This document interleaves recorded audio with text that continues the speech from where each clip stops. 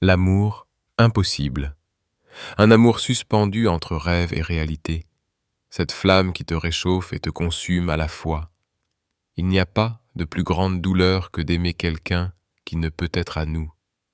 Si vous connaissez l'auteur de cette citation, dites-le moi car cette phrase résonne comme un écho cruel pour quiconque l'a vécue. Peut-être que toi aussi, en ce moment même, tu ressens cette brûlure. Cette personne occupe chaque recoin de ton esprit. Tu t'es imaginé des scénarios, un futur radieux à ses côtés, mais la réalité est impitoyable. Chaque fois que tu la vois, que tu penses à elle, c'est un poignard invisible qui s'enfonce un peu plus profondément dans ton cœur. Tu vois, l'amour impossible est une prison de l'esprit. Tu ne peux t'empêcher de te repasser encore et encore les souvenirs, les moments partagés, même les plus insignifiants. Un simple regard, un sourire échangé, une conversation banale prennent une importance monumentale dans ton esprit. On ne souffre jamais que de ce que l'on imagine, disait Montaigne, et il n'avait pas tort. La douleur que tu ressens est nourrie par ces souvenirs amplifiés, ces projections de ce qui aurait pu être mais qui n'a jamais existé. L'amour impossible ne fait pas mal seulement à cause du rejet ou de l'absence. Il blesse car il est nourri par un attachement profond, un lien unilatéral souvent inconscient. L'attachement est la source de toute souffrance, disait Bouddha. Tu as investi tes rêves, tes espoirs, ton bonheur dans cette personne, sans même qu'elle en ait conscience. Et maintenant, une part de toi semble s'effondrer. Mais pose-toi cette question, est-ce vraiment elle qui te manque, ou l'idée de ce que vous auriez pu être ensemble? L'amour impossible, c'est un peu comme un mirage dans le désert. Plus tu avances, plus tu crois te rapprocher de quelque chose d'inatteignable. Et pourtant, plus tu marches, plus la souffrance grandit. Tu penses que sans cette personne, une partie de toi disparaît. Mais en réalité, c'est une illusion. Ce que tu ressens n'est pas un amour réciproque, mais une fixation qui s'est enracinée dans ton esprit, un espoir qui te fait plus de mal que de bien. Tu es peut-être piégé dans une boucle infernale de regrets. Et si j'avais fait ceci autrement? Et si j'avais dit cela différemment? Ces pensées sont des fantômes qui hantent ton esprit, te retenant prisonnier d'un passé qui n'a peut-être jamais existé. Comme le dit Sénèque, nous souffrons plus souvent dans l'imagination que dans la réalité. Mais il est temps d'ouvrir les yeux. Ces scénarios alternatifs ne changeront rien. La seule issue, c'est d'accepter. À ce stade, tu ressens peut-être un mélange de frustration et de tristesse. Tu veux croire que quelque chose aurait pu être différent, que si seulement tu avais dit les bons mots ou fait les bons gestes, les choses auraient changé. Mais en vérité, ce raisonnement ne mène nulle part. La réalité est là. Cette personne ne partage pas tes sentiments, ou bien des circonstances vous empêchent d'être ensemble. Ce qui est, est. Ce qui doit partir, partira, disait Khalil Gibran. L'écrivaine Isabelle Allende disait « Nous avons tous à l'intérieur une réserve de force insoupçonnée qui émerge quand la vie nous met à l'épreuve. Rappelle-toi combien de fois tu as cru ne jamais pouvoir te relever d'une douleur, et pourtant, te voilà encore debout. La souffrance d'un amour impossible donne l'impression d'être englouti, noyé dans un océan sans fin. Mais tu n'es pas seul. Goethe l'a raconté dans Les souffrances du jeune Werther. Ce jeune homme aimait une femme inaccessible, et incapable d'accepter la réalité, il s'est laissé sombrer. Mais l'histoire de Werther n'est pas la tienne. Toi, tu as le pouvoir d'écrire une autre fin.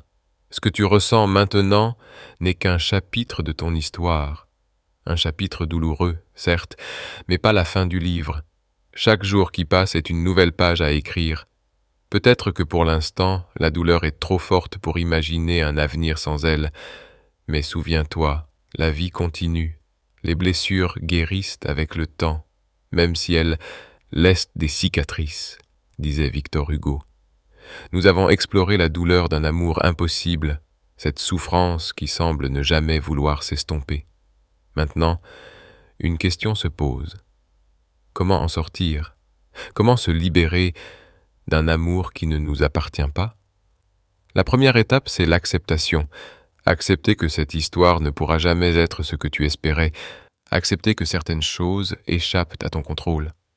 Accepte ce qui est, laisse aller ce qui était, et aie confiance en ce qui sera. Ce proverbe est la clé du lâcher-prise.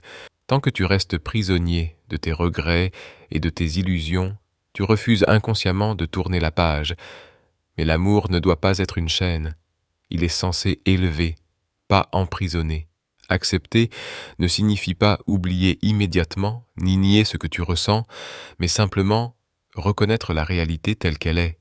Un amour impossible n'est pas seulement une histoire d'attachement, c'est aussi une illusion. Tu n'aimes peut-être pas réellement cette personne, mais l'image que tu as construite d'elle. Comme l'écrivait Marcel Proust, l'amour est l'espace et le temps rendus sensibles au cœur. Et si ton amour était en réalité nourri par ton propre esprit, plus que par l'autre personne, essaie d'analyser tes sentiments avec lucidité. Qu'est-ce qui te manque vraiment? Est-ce cette personne en tant qu'individu, ou est-ce le rôle qu'elle joue dans ton imaginaire? L'idée d'un futur parfait, d'un amour pur et sincère. En prenant du recul, tu comprendras que ce que tu perds n'est peut-être pas l'amour lui-même, mais une illusion qui t'a fait rêver. L'amour impossible laisse des cicatrices, mais comme toute blessure, elle peut guérir. Ce qui ne nous tue pas nous rend plus forts, disait Nietzsche. Au lieu de te laisser consumer, utilise cette douleur pour grandir. C'est le moment de rediriger ton énergie vers toi-même. Comment? En renouant avec tes passions, en développant de nouveaux projets, en t'entourant de personnes bienveillantes. Prends du temps pour toi. Redécouvre ce qui te fait vibrer, ce qui te passionne. L'amour de soi est une étape essentielle vers la guérison. Chaque petit pas compte, même une simple promenade, un nouveau livre, une discussion avec un ami peut te faire avancer. L'important est de briser le cycle des pensées obsessionnelles qui te ramènent sans cesse vers cette personne. Les grandes douleurs forgent les âmes les plus fortes. Nombreux sont ceux qui ont transformé une blessure amoureuse en une force intérieure inébranlable. Victor Hugo, après la perte de son amour léopoldine, a écrit certaines de ses plus belles œuvres. Beethoven, rejeté par l'amour de sa vie, a composé des chefs-d'œuvre intemporels. Ce que tu ressens peut être une source de création, une force qui te pousse à te réinventer. Alors, pose-toi cette question. Comment peux-tu transformer cette souffrance en quelque chose de constructif? Peut-être en écrivant, en créant, en voyageant, en découvrant de nouveaux horizons. La douleur ne doit pas être une fin, mais un tremplin vers autre chose. Le dernier pas vers la liberté, c'est le lâcher-prise. C'est arrêter d'attendre, d'espérer, de se repasser le film encore et encore. Comme le disait Marc Aurèle, que la force me soit donnée de supporter ce qui ne peut être changé. Le courage de changer ce qui peut l'être et la sagesse de distinguer l'un de l'autre. Il ne s'agit pas d'oublier brutalement, mais d'arrêter de résister à la réalité. Lâcher prise, c'est faire confiance au futur, c'est croire que cette épreuve n'est qu'un passage et qu'un jour, sans même t'en rendre compte, cette douleur ne sera plus qu'un souvenir lointain. C'est réaliser que ton bonheur ne dépend pas de quelqu'un d'autre, mais uniquement de toi. Tu as aimé, peut-être même d'une manière plus sincère et profonde que beaucoup ne le feront jamais. Mais l'amour ne doit pas être une cage. L'amour véritable, c'est aussi savoir laisser partir ce qui ne nous appartient pas. Alors aujourd'hui, tu as le choix. Continuer à souffrir d'un amour qui n'existe que dans ton esprit, ou avancer, reconstruire, renaître. Ce choix, il t'appartient. Et je crois en toi pour un choix judicieux. Merci d'avoir suivi cette réflexion jusqu'au bout.